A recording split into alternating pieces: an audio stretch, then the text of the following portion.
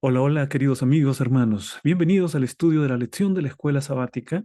En este trimestre, nuestra lección lleva por título La misión de Dios, mi misión.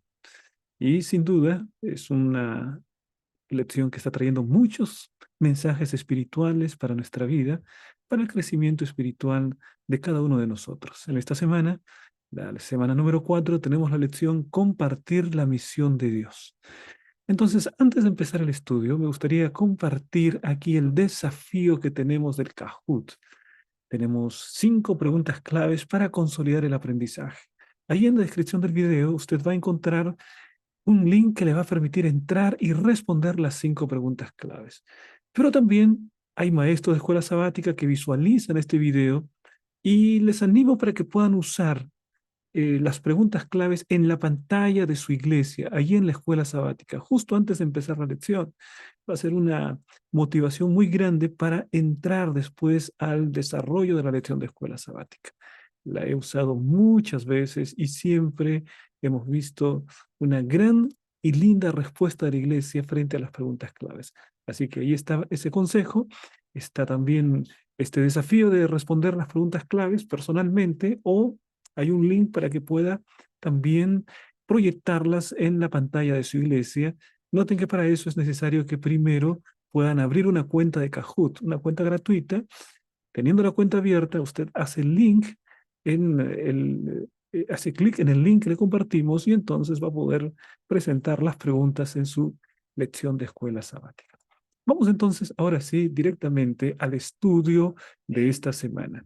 Empezamos, como siempre, en el ciclo del aprendizaje con la parte de motiva. Bueno, en esta semana se habla acerca de la hospitalidad.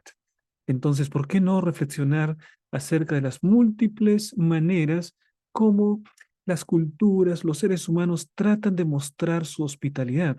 ¿Cómo es que reciben a las personas?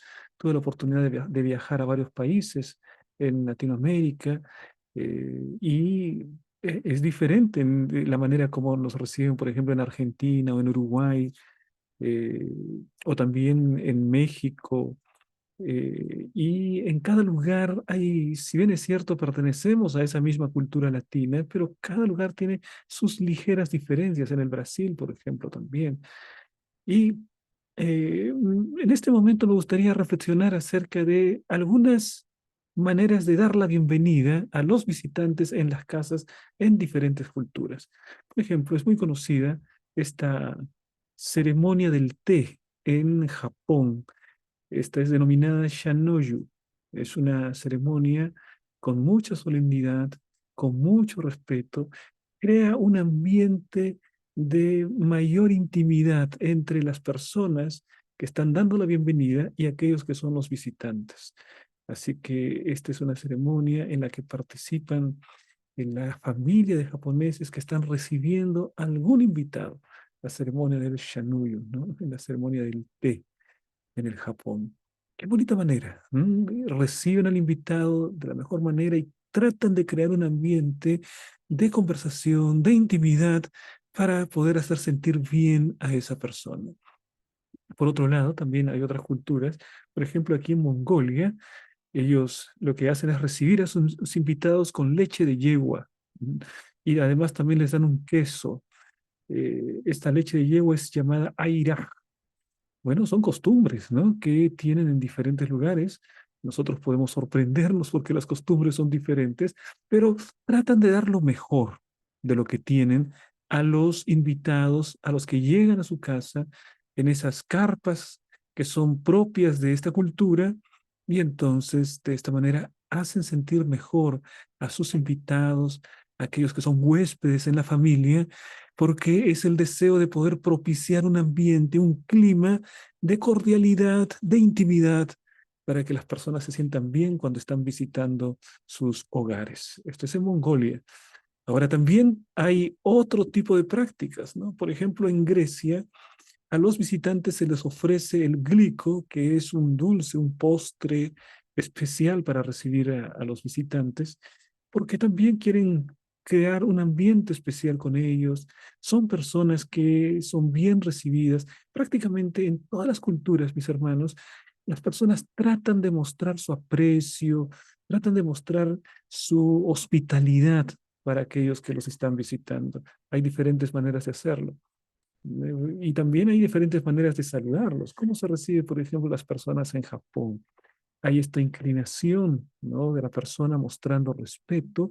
Se dice que a medida que mayor respeto produce la persona que está siendo saludada, entonces el japonés inclina mucho más todavía para poder darle un saludo cordial, respetuoso, de honra a la persona con quien está conversando.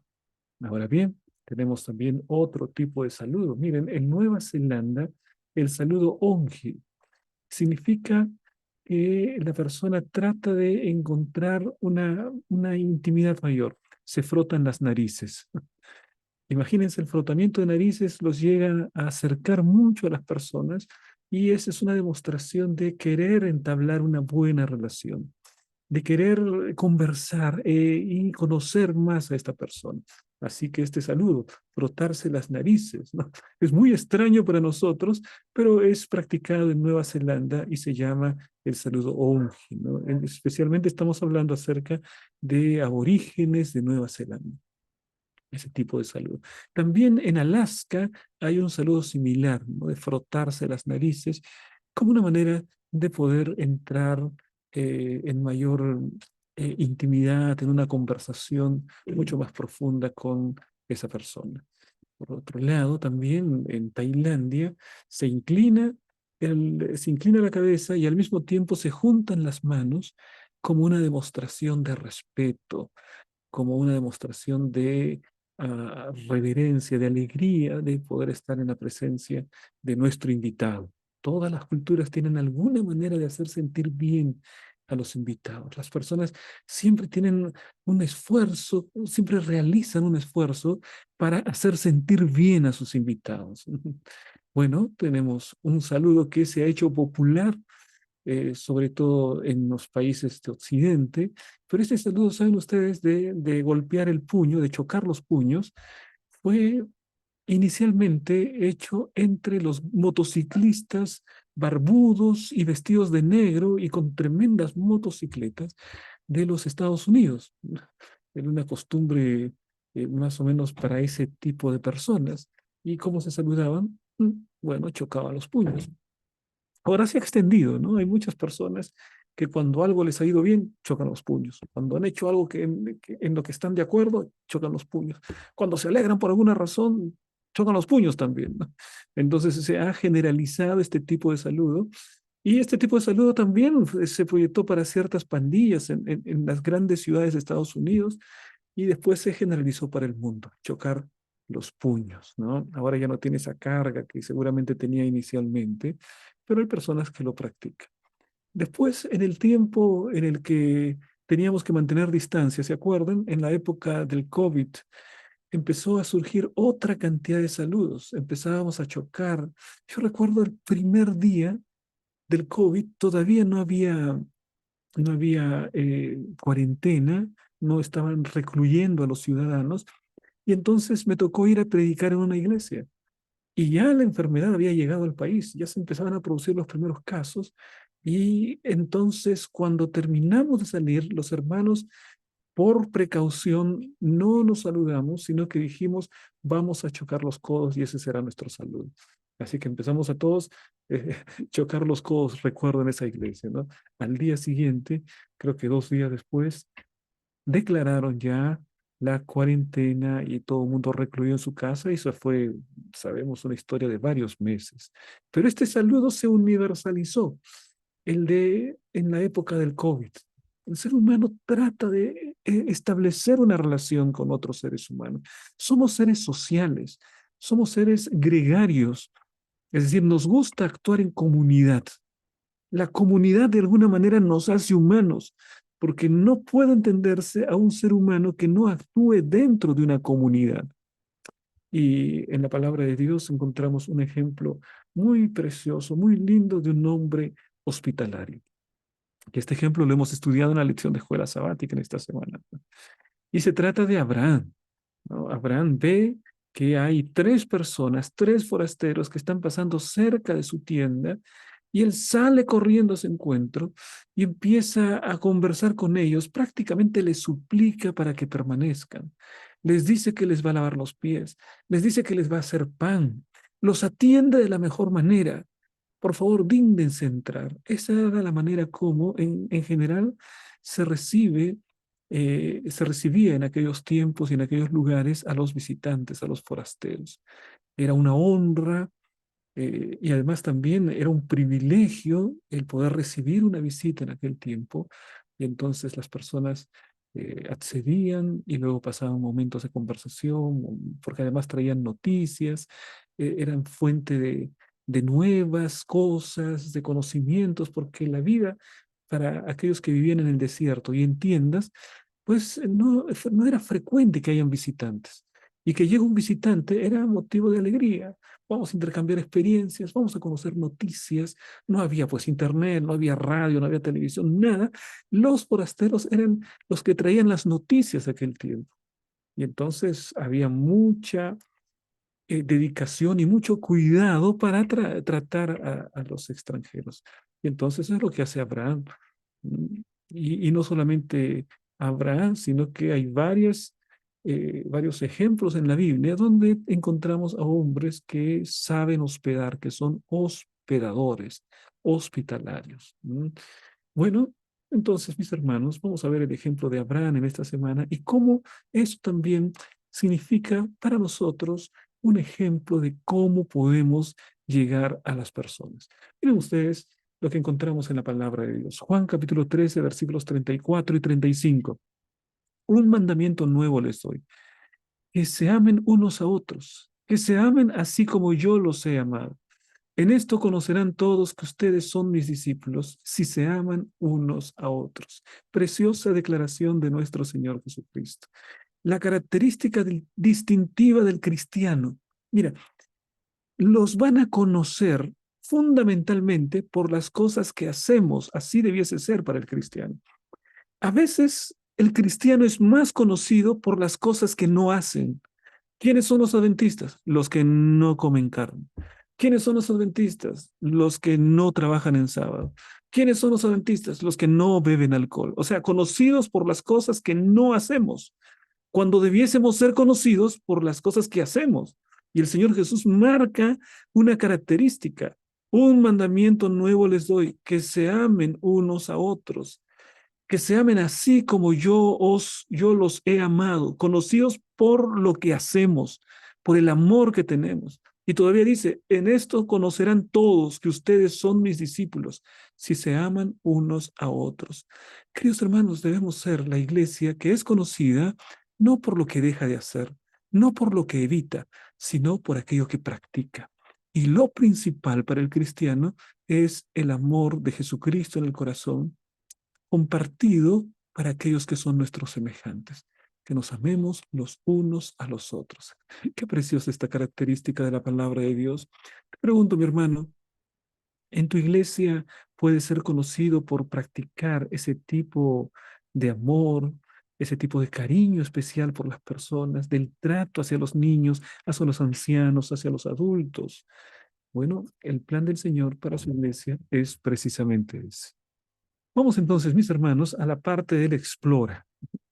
El explora nos muestra entonces la historia de Abraham. Y allí tenemos una visión panorámica de lo que se trata en esta semana. Miren ustedes, veamos esta primera parte donde se nos habla acerca del don de la hospitalidad. Y encontramos la historia bíblica en Génesis capítulo 18. Y allí dice lo siguiente, versículo 2. Y alzó sus ojos y miró, y he aquí tres varones que estaban junto a él. Y cuando los vio, salió corriendo a la puerta de su tienda a recibirlos y se postró en tierra. Abraham era un hombre sumamente importante. Eh, los cálculos que se hacen es que el campamento de Abraham muy posiblemente llegaba al número de 1000 personas. O sea, era un grupo bastante grande, el grupo que comandaba Abraham. Así que era un hombre importante, aun cuando vivía en tiendas y había salido de esa ciudad importante que es Ur de los Caldeos y se estaban trasladando. Entonces había un cierto peregrinaje. Pero con toda la importancia que Abraham tenía, siendo el patriarca de todo ese gran grupo de personas, él salió corriendo para recibir a desconocidos. Él salió corriendo de la puerta de su tienda y dice la palabra que se postró en tierra, se postró en tierra. Y mira, más adelante dice lo siguiente, y dijo, Señor, si ahora he hallado gracia en tus ojos, te ruego que no pases de tu siervo, que se traiga ahora un poco de agua y lavad vuestros pies. Ahí hay un primer ofrecimiento. Voy a lavar sus pies. Siguiente, y recostaos debajo de un árbol para tener un espacio de descanso. Y traeré un bocado de pan. Ahí habla acerca de alimento.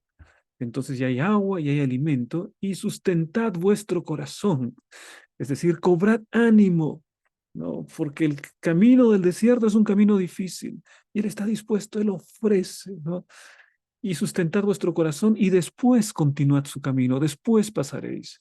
Pues por eso habéis pasado cerca de vuestro siervo.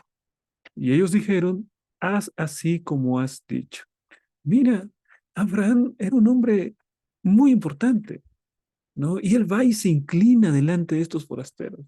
En aquel momento, hasta ese momento, Abraham no tenía idea que estaba delante del propio Señor Jesucristo, delante de Jehová y dos ángeles que lo acompañaban.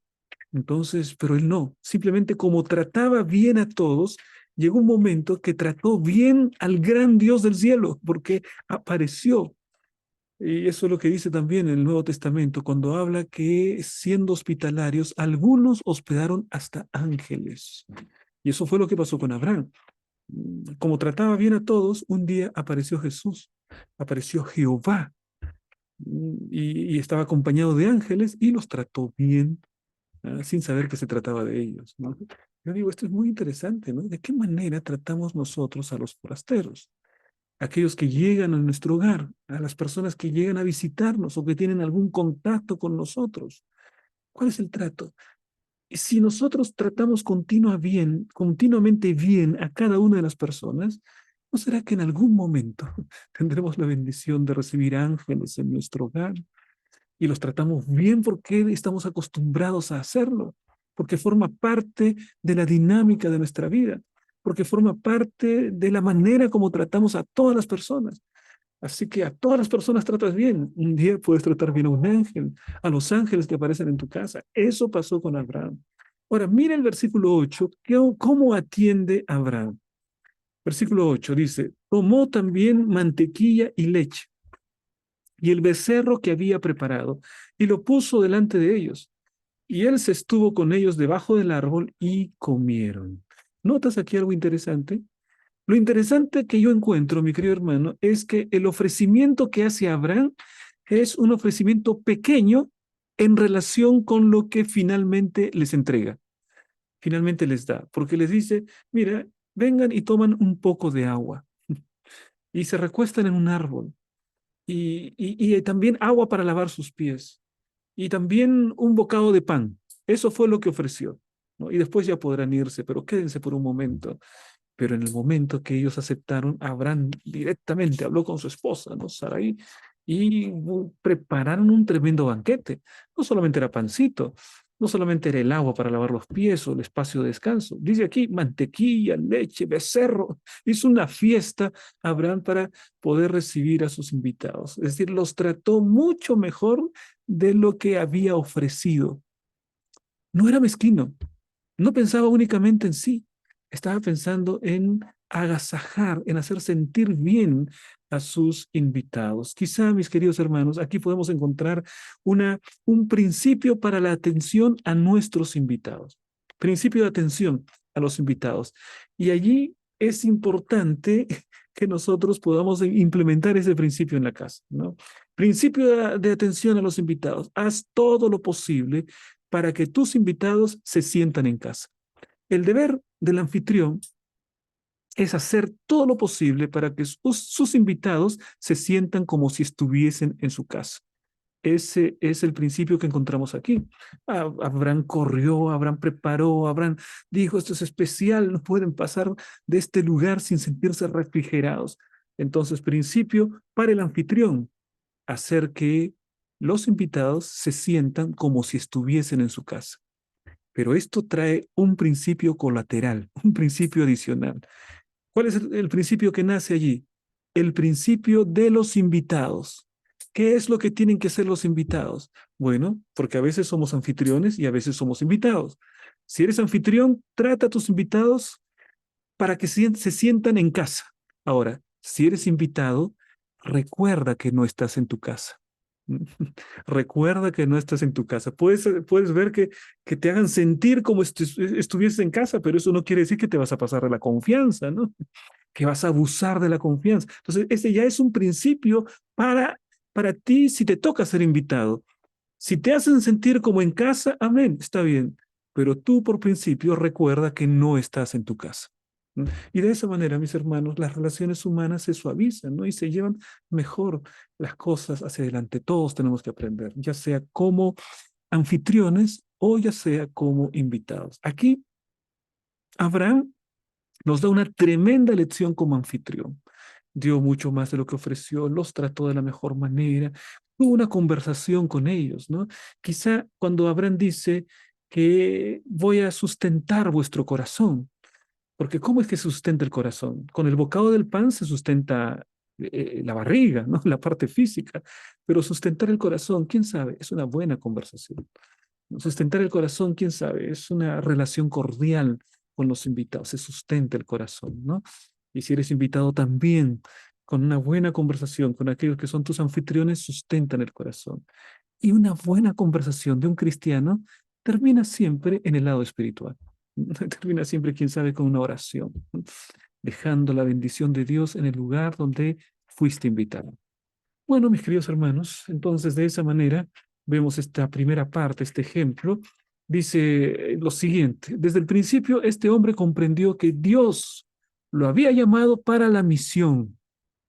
Cada cosa que él hacía, aunque sea algo cotidiano como recibir invitados, él está enfocado en la misión. Y que su mudanza a la tierra prometida no era para pasar unas vacaciones, sino para ser de bendición para quienes lo rodeaban y mediante su simiente, que es Jesucristo, la simiente de Abraham, para el mundo. Entonces, mis hermanos, encontramos allí que él buscaba cada evento, cada ocasión, para transformarla en una ocasión misionera. Cada cuestión sencilla de la vida, Abraham buscaba tornarla en una oportunidad misionera, en una oportunidad de bendición. Incluso el hecho tan cotidiano de recibir a algunos invitados en su casa. Tremenda lección, ¿no te parece? Muy linda lección para nosotros. Ahora, mis hermanos, vamos a la siguiente parte. Otra vez Abraham. Mira, el amor de Abraham por los demás. ¿Dónde se muestra eso? Siguiendo la historia bíblica, allí mismo en el libro de Génesis. Vamos a ver el texto bíblico en Génesis capítulo 18, pero ahora un poquito más adelante, ¿no? 17 y 18. Y Jehová dijo, ¿encubriré yo a Abraham lo que voy a hacer? Habiendo de ser Abraham una nación grande y fuerte, y habiendo de ser benditas en él todas las naciones de la tierra. Mira qué declaración tan tremenda, ¿no? Una declaración tremenda. Dios le está diciendo, ¿yo cómo voy a encubrir a Abraham? Yo algo, ¿cómo le voy a ocultar un propósito que yo tengo? El Señor le dice, mira, si Abraham es mi hijo, si Abraham ha obedecido y ha entrado en pacto con Abraham. Si Abraham va a ser una nación fuerte y si en él van a ser benditas todas las naciones de la tierra. Y yo tengo la seguridad que todo el linaje de Abraham será de adoradores del Dios verdadero. ¿Cómo le voy a encubrir algo a Abraham? ¿Cómo le voy a ocultar? Porque Abraham estaba curioso, ¿no? Porque ellos iban para las ciudades de Sodoma y Gomorra y Abraham pregunta qué es lo que va a pasar. Y entonces el Señor le da a conocer a Abraham cuál es su voluntad. Lo que me llama la atención aquí, mi hermano, es la manera como Abraham tenía intimidad con Dios, al punto que Dios no le oculta cuál es el propósito que tiene, le muestra. Hay una relación bonita, una relación de intimidad, y el Señor entra en esa relación con Abraham. ¿Cuántos de nosotros quisiéramos tener una relación con Dios como Abraham la tenía. A tal punto que el Señor dice, ¿yo cómo le voy a ocultar esto? Si Él es un hombre especial. Tú sabes, mi querido hermano, que nosotros en la vida tenemos muchos conocidos, ¿m? Muchos conocidos, pero pocos que son realmente amigos, ¿no? Entonces, ¿cómo tú puedes descubrir que una persona es realmente amigo y no solo es un conocido? Bueno, cuando tú le cuentas algo que no le contarías a nadie, tienes suficiente confianza de contar intimidades tuyas a esa persona, que no se las dirías a otra persona, podríamos considerar que estás hablando con un amigo, porque estás abriendo tu corazón y entonces confías en esa persona.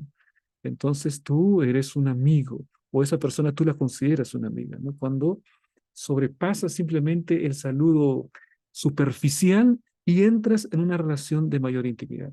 Bueno, eso es lo que había pasado entre Abraham y Dios. Dios le abre le cuenta su propósito. Abraham le abrió su corazón y hay una relación de intimidad con Dios.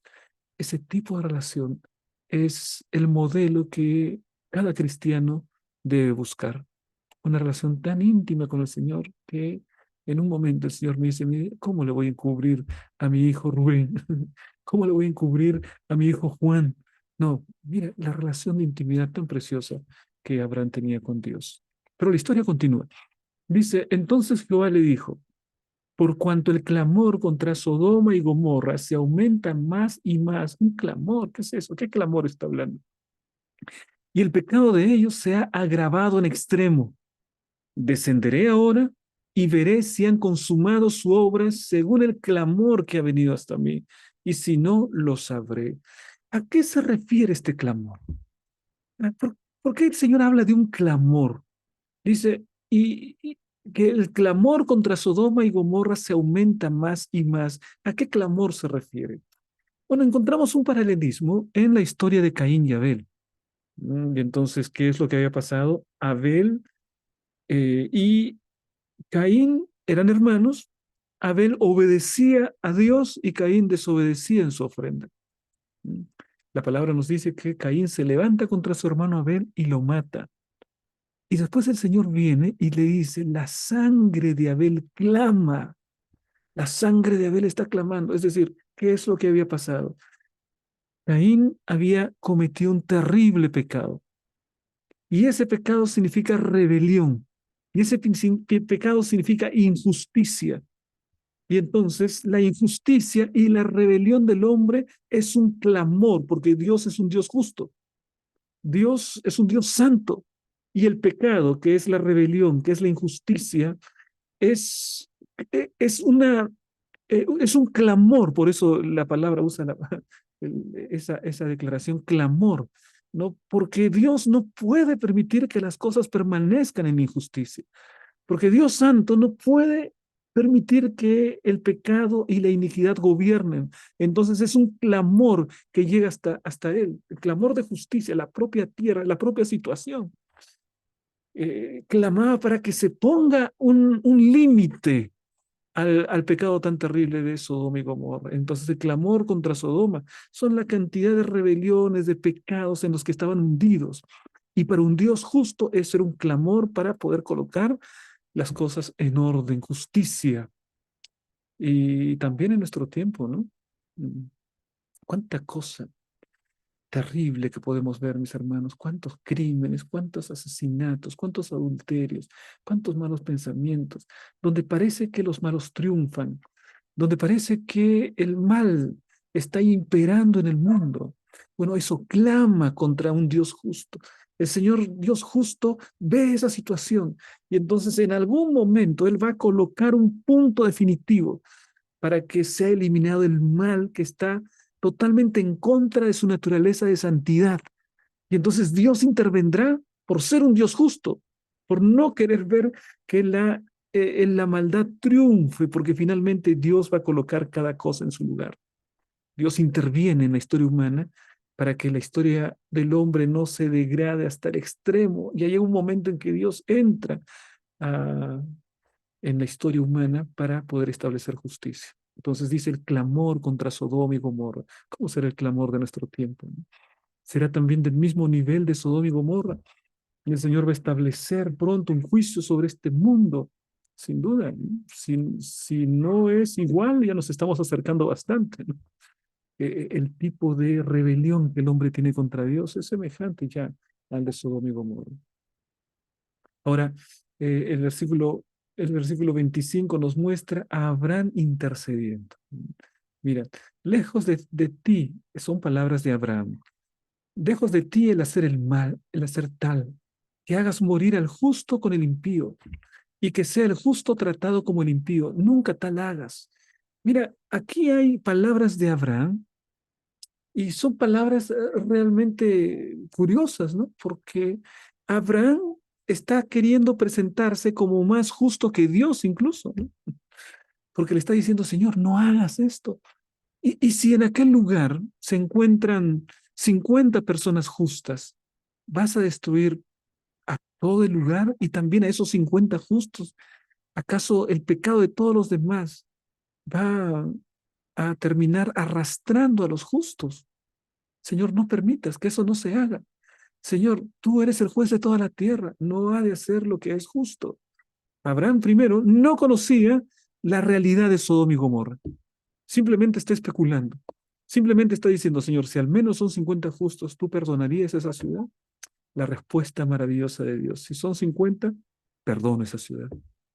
Y el Señor continuaba avanzando. Y Abraham continuaba avanzando. Y entonces Abraham dijo, pero Sodoma, de repente no hay 50. Señor, si son 40, 45, ¿no? Este va descendiendo.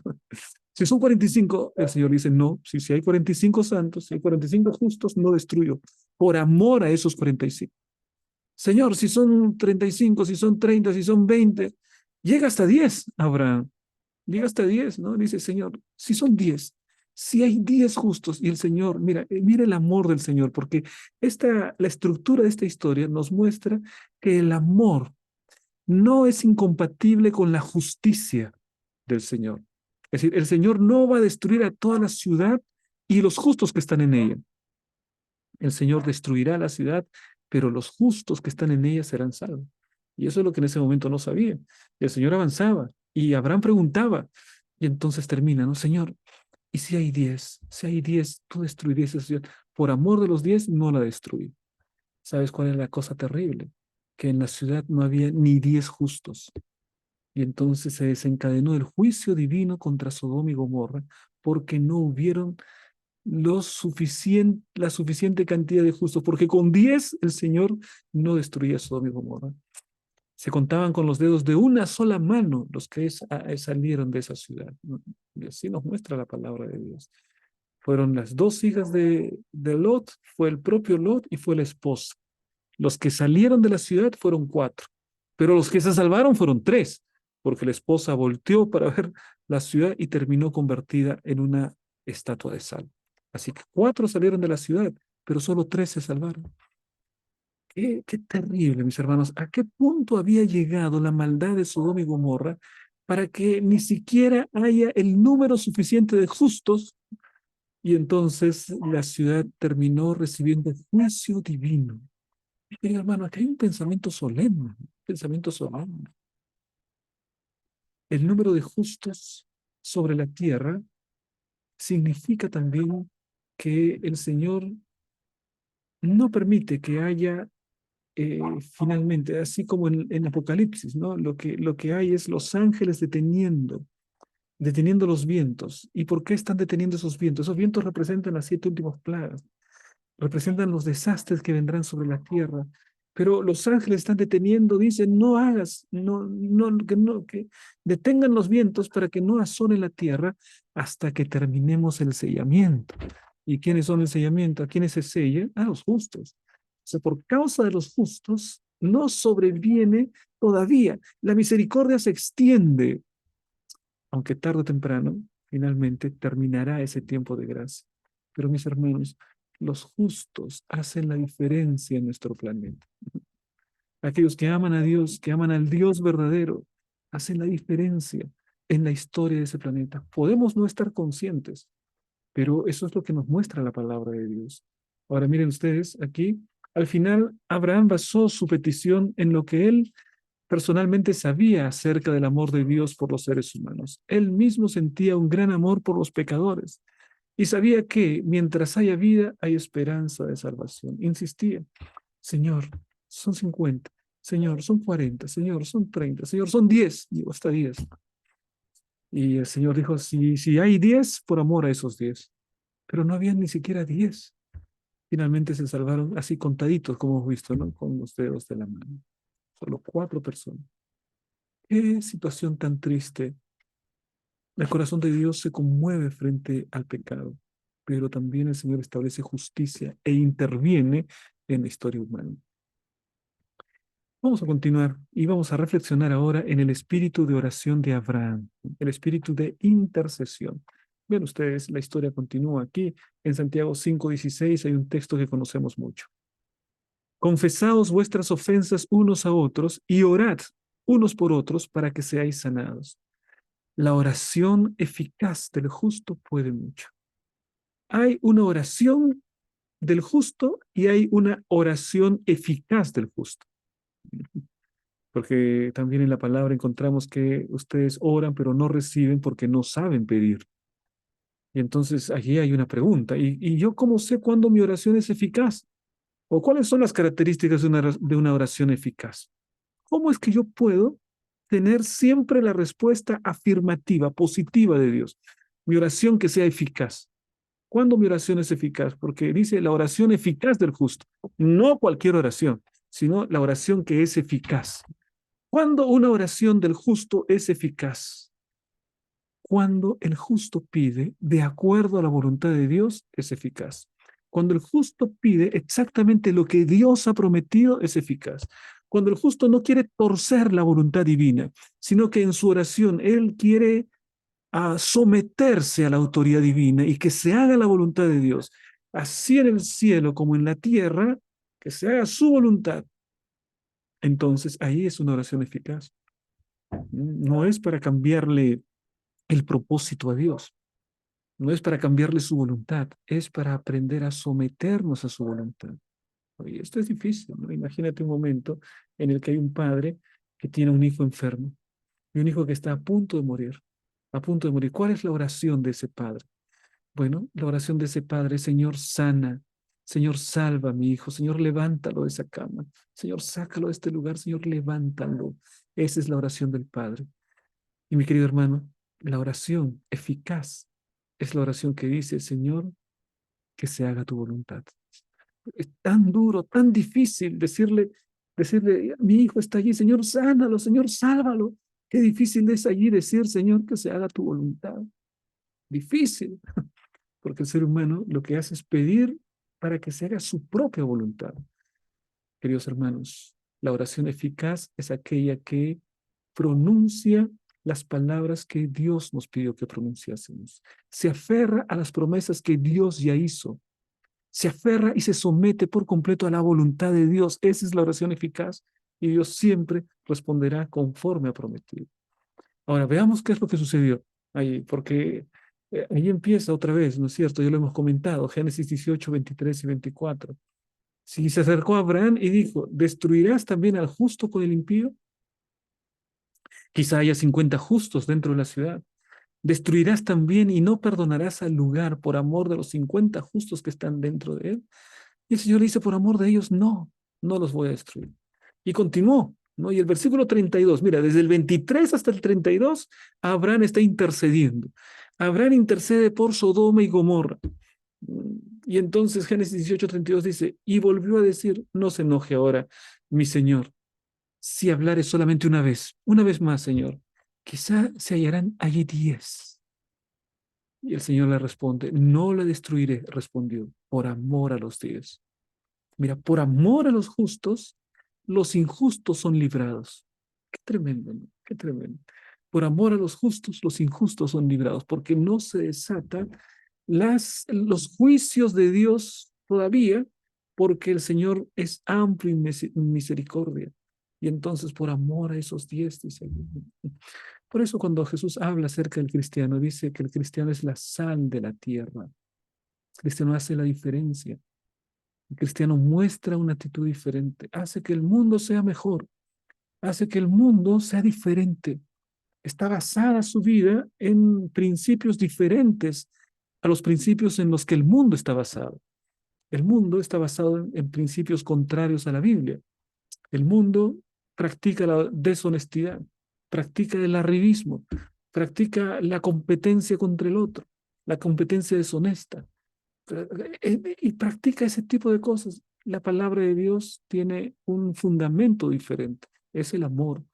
Y Abraham está intercediendo por esa ciudad, intercediendo para que no mueran. Mira, el propósito de Abraham no era únicamente que Lot y sus amigos se salven, porque él está hablando, Señor, vas a destruir la ciudad. Él podría haberle dicho, Señor, por favor, ahí está mi familia. Salva a mi familia, Señor, que no se queme mi familia y entonces tranquilo, ¿no? Pero él no hablaba así. Él no decía solo mi familia, él estaba hablando por toda la ciudad. Señor, si hay 50 justos, vas a destruir a toda la ciudad. Ah, sí. Y dice, por amor de los justos, no lo hago. Si hay 10, por amor a los 10 que hay allí, no destruiré la ciudad. Así que pedía por toda la ciudad. Esa es la oración que nosotros debemos tener. ¿Estás orando por tu país?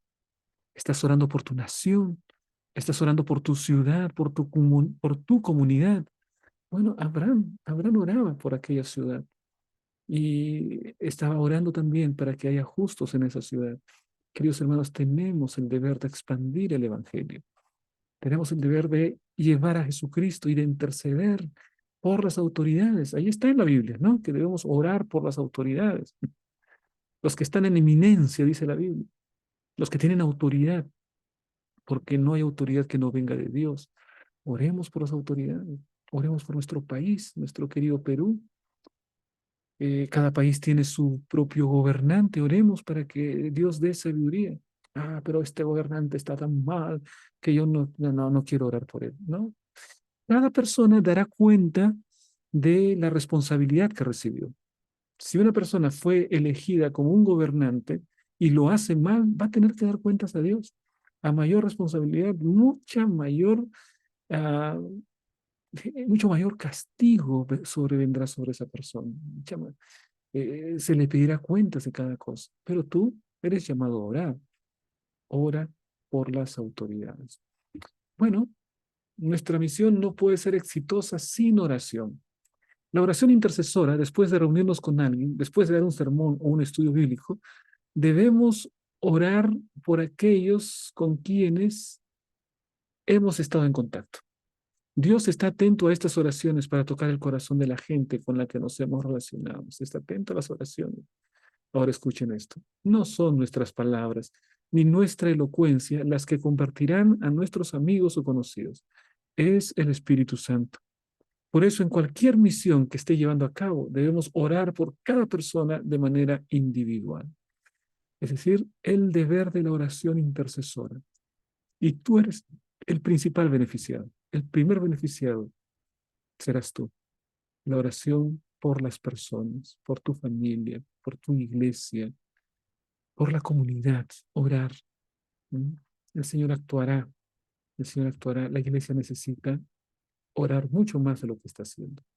Vamos a ver ahora la misión de Abraham, ¿no? Hemos visto primero que Abraham era hospedador. Lo hemos visto también Abraham como alguien que ama, Abraham como alguien que intercede. Y ahora Abraham cumpliendo la misión. Miren ustedes, eh, aquí encontramos esta, este texto de la Biblia, donde finalmente llegan allí y mira cómo Lot recibe a sus visitantes. Llegaron pues los dos ángeles a Sodoma a la caída de la tarde, era tarde ya, y Lot estaba sentado a la puerta de Sodoma, y viéndolos Lot se levantó a recibirlos y se inclinó hacia el suelo. ¿A quién te hace recordar esa actitud de Lot? Es decir, ¿qué es lo que hace Lot? Había mucha gente seguramente que estaba ahí en la puerta en ese momento, y era la caída de la tarde. Se dice que las personas más importantes se reunían en la puerta. La puerta de la ciudad era un centro de reunión y de decisiones en una ciudad. Así que Lot estaba allí. Pero ninguno corrió para recibir a los invitados, a los visitantes.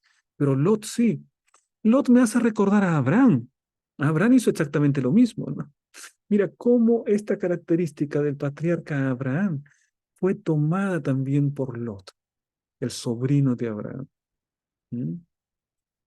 ¿Será que nosotros estamos dando buen ejemplo a nuestros hijos? ¿Será que estamos dando buen ejemplo de trato considerado, de recepción de las visitas a nuestros nietos, a las siguientes generaciones? ¿Será que ellos pueden, porque es así como se aprende, ¿no? Así es la hospitalidad, es un valor que se va aprendiendo y se va trasladando, ¿no? De generación en generación. Y aquí vemos a Lot haciendo exactamente lo mismo. Y dijo, ahora mis señores, os ruego que vengáis a casa de vuestro siervo y os hospedéis. Les ruego, yo quiero tenerlo. No les dijo, vayan a un hotel, les ruego. Y dice aquí, y lavaréis vuestros pies, y por la mañana os levantaréis y seguiréis vuestro camino. Y ellos respondieron, no, que en la calle nos quedaremos esta noche. No, pero la historia bíblica nos muestra que Lot insiste y finalmente estos ángeles, porque son ángeles que acompañaron, ¿no? A Jesús, que es Jehová, que habla con Abraham, y entonces ellos se quedaron. Pero ahí el incidente, bueno, la historia es tremenda y es terrible, ¿no? Porque dice la palabra que todos los hombres de la ciudad, desde los más pequeños hasta los más grandes, le dijeron, sácalos a estos forasteros para que los conozcamos. Y no ese conocer, no es el del anfitrión que quiere conocerlos, ¿no? No, ese conocer es de querer tener relaciones homosexuales. Por eso de ahí viene la palabra sodomita, ¿no? Eh, por lo común que era la homosexualidad. La manera tan extendida, como dice ahí, desde el menor hasta el mayor, querían eh, violentar a estos hombres, ¿no? En relaciones homosexuales. Entonces, nos muestra que aquella sociedad estaba totalmente pervertida. ¿No? Y entonces, por eso es que Sodoma y Gomorra son ejemplos de la perversión y por eso es que viene el castigo sobre ella. O sea, mis hermanos, ¿cómo estarán nuestras ciudades en nuestro tiempo? ¿No? Creo que no distamos mucho de Sodoma y Gomorra. Y la palabra dice, acordaos de la mujer de Lot. Dice, acordaos de Sodoma y Gomorra. Así también, antes de la venida de Jesús, se va a reproducir lo que pasó con Sodoma y Gomorra. Y aquí tenemos una reflexión, ¿no? Hay muchas personas que creen que es un progreso de la sociedad, la, la extensión, la manera tan extendida como las costumbres y los estilos de vida alternativos y el homosexualismo está diseminándose en la sociedad, ¿no? Cada vez es más común, cada vez es más abierto. Es un pecado abierto porque me hace acordar entonces a Sodoma y Gomorra. No es que se estás progresando. En realidad, si tú vas progresando y te pareces cada vez más a Sodoma y Gomorra, ¿qué tipo de progreso es ese? Nos estamos progresando hacia atrás, ¿no? Estamos caminando, estamos progresando hacia formas de perversión y de una sociedad totalmente entregada a la homosexualidad, a cosas que pasaron pues años y años atrás. ¿Qué tipo de progreso es ese? Pues el ser humano entiende el progreso de una manera diferente, ¿no? Bueno, y ahora Génesis 19, 24 y 25 dice, entonces Jehová hizo llover sobre Sodoma y sobre Gomorra azufre y fuego de parte de Jehová desde los cielos. Imaginar esa lluvia de azufre y fuego, y destruyó las ciudades y toda aquella llanura con todos los moradores de aquella tierra, de aquellas ciudades y el fruto de la tierra. Mira, mira, hasta el fruto de la tierra, ¿no? Las cosechas, todo fue destruido en aquel momento. Cosa similar pasará cuando la santa ciudad descienda y caiga fuego del cielo contra aquellos que van a querer tomar la ciudad, contra Satanás, sus huestes y todos los impíos de todos los tiempos que intentarán tomar la ciudad, pero fuego del cielo caerá. Aquí también hay una destrucción por fuego. Es decir, es un juicio anticipado. Ese es un juicio por el pecado. Y la palabra nos dice que finalmente estas ciudades fueron completamente destruidas. es el fuego eterno. Así dice el Nuevo Testamento cuando habla de Sodoma, que cayó fuego eterno sobre Sodoma y sobre Gomorra. Pero pastor, ¿cómo? ¿Fuego eterno? Sí, ya está apagado ese fuego, entonces no es fuego eterno. Es que en la Biblia esa declaración, fuego eterno, no quiere decir que sea un fuego que nunca se apague. Quiere decir que es un fuego que destruye para siempre. Sodoma y Gomorra desaparecieron para siempre de la faz de la tierra. Es eterno en sus consecuencias. Destruye para siempre. Y eso es una profecía por la cual se habla acerca de Satanás. Para siempre dejarás de ser. Así que finalmente es el juicio divino, es eterno en sus consecuencias. Ahora, mis hermanos, vamos a ver, nuestra tarea consiste en invitar al mayor número posible de personas a decidirse por Jesús. Qué tremenda tarea, ¿no? Invitar a la mayor cantidad de personas. Si todavía no has entregado tu vida a Jesús, te invito, mi hermano, no dejes pasar el tiempo. Hoy es el día de salvación. Escucha la voz del Señor y obedece la voz del Señor. Mientras llevamos a cabo nuestra misión, Dios nos asiste por medio del Espíritu Santo, pero nunca irá en contra de la voluntad de nadie. El libre albedrío significa que, en última instancia, sin importar lo que hagamos o cuánto oremos, la salvación depende de la elección de cada uno. Hay libertad, hay libre albedrío.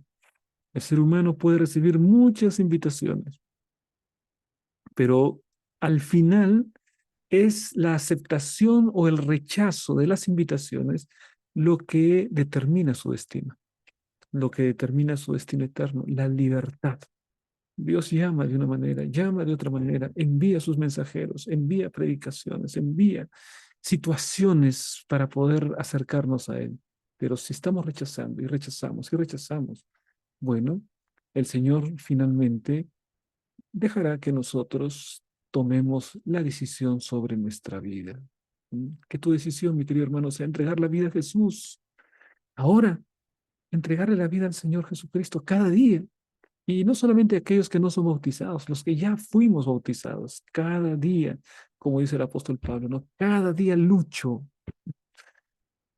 cada día es la lucha del cristiano, de estar en la presencia de Jesús.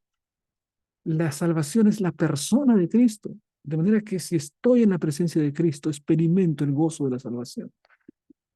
Vamos a ir a la última parte de la lección de la escuela sabática, la sumisión a la voluntad de Dios como también una característica del patriarca. Génesis capítulo 12. Vamos al llamado. Pero Jehová había dicho a Abraham, vete de tu tierra y de tu parentela y de la casa de tu padre a la tierra que te mostraré.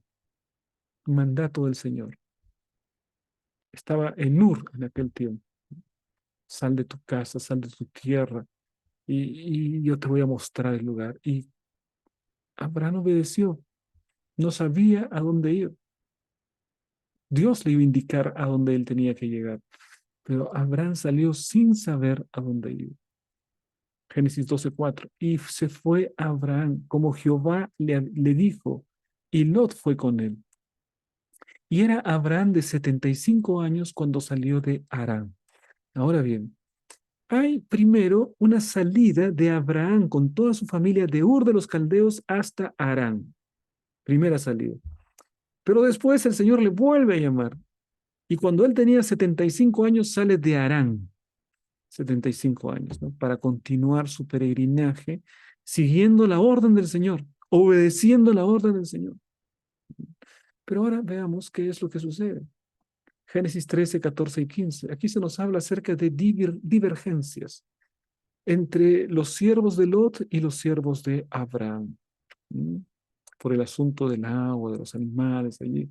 Y entonces finalmente Abraham y Lot llegan a una conclusión. Abraham le dice, mira, escoge, escoge y yo me voy al otro lado. Y entonces hay espacio para todos, ¿no? Y entonces Lot vio la mejor tierra. Ahí estaban las ciudades de Sodoma y Gomorra. Y dijo, yo me voy por allí. Y ya que me hace escoger, tío, me voy por ahí.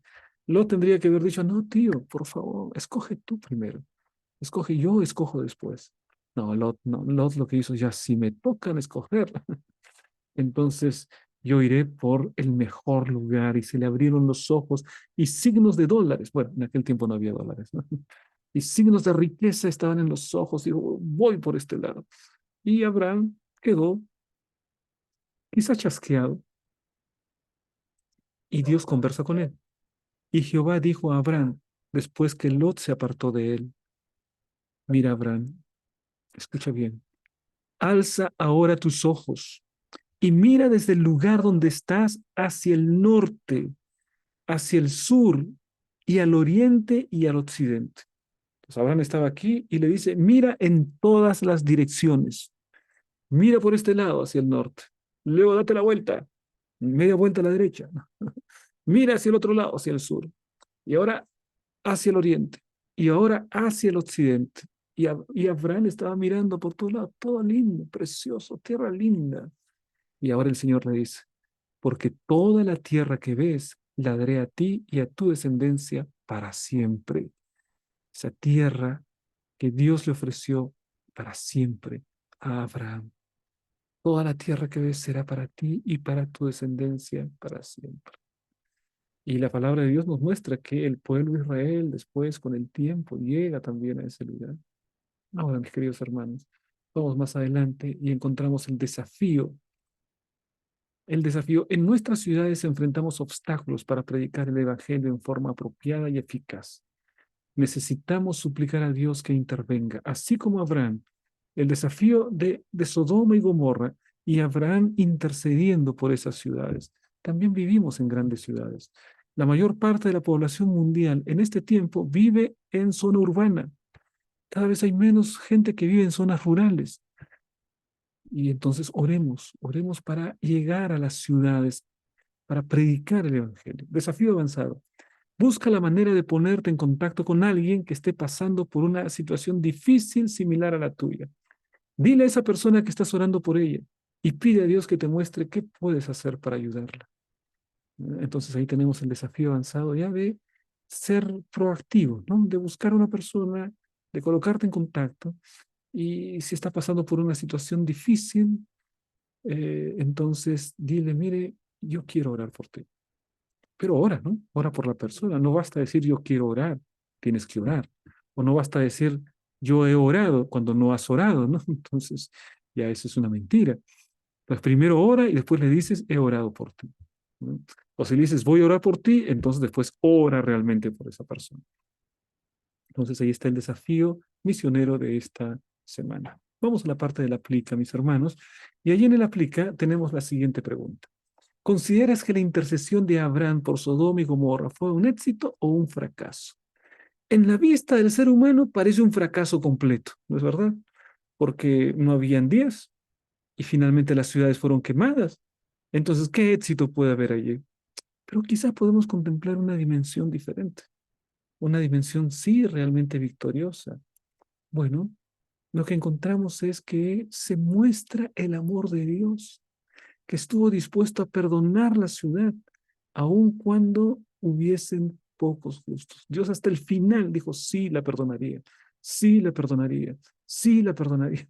¿No? Y cada vez la cifra era menor y Abraham preguntaba y Dios le respondía, sí, yo perdono, no destruiré esta ciudad, no la destruiré. Es decir, el propósito de Dios, se nos muestra allí el propósito de Dios.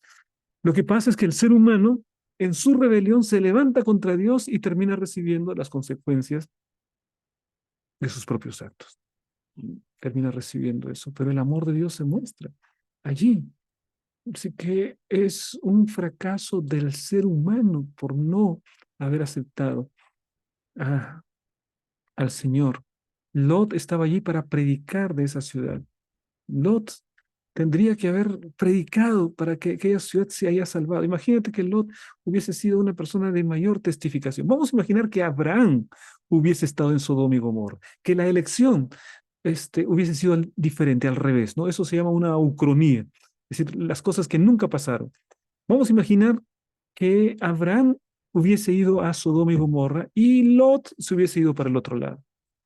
Bueno, Lot seguramente no tendría tanta influencia de la maldad que hubo en Sodoma y Gomorra, porque hasta sus hijas estaban con personas que no quisieron ir con ella. y Abraham en Sodoma y Gomorra, pero testificando.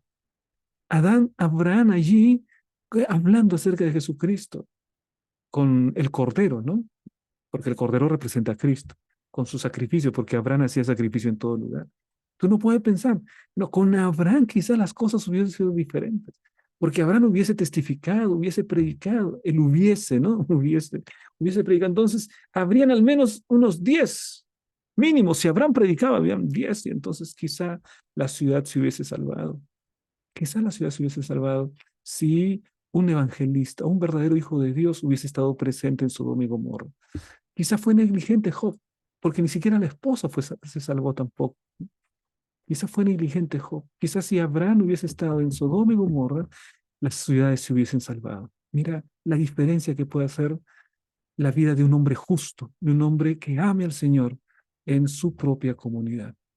Vamos a la parte final, mis hermanos, y estamos llegando a la parte del CREA, y allí tenemos las preguntas claves. Te animo para que puedas responder las 5 preguntas claves que estamos dejando allí, y ustedes pueden ver, ¿no? Entren en el QR, entren en la descripción de este video, y también, si quieres pasar las preguntas claves en tu pantalla, en la lección de la escuela sabática, ahora en la descripción del video puedes entrar allí. Primero tienes que abrir una cuenta de Kahoot. Es gratuita. Mantén abierta la cuenta de Kahoot y haces clic en el link que te vamos a compartir. Y allí vas a poder ver las preguntas claves para que las personas entren y se haga un ejercicio, una dinámica en vivo con las preguntas claves. Así que ahí está ese desafío y los que desean pueden realizarlo. Bueno, felicitamos a Mimi, tercer puesto, Feli y Camila, que son quienes han eh, tenido las mejores respuestas y las más rápidas en esta semana. Felicitaciones entonces Mimi, Feli y Camila y a los finalistas que también las acompañaron. Agradecemos también los mensajes que cada día nos comparten, tanto en YouTube como en Facebook. Y les animamos a continuar estudiando la palabra de Dios. Muy bien, de esta manera llegamos a la parte final del estudio. Les mando un gran abrazo y los espero para la próxima semana continuar estudiando la palabra de Dios. Un gran abrazo. Que Dios les bendiga.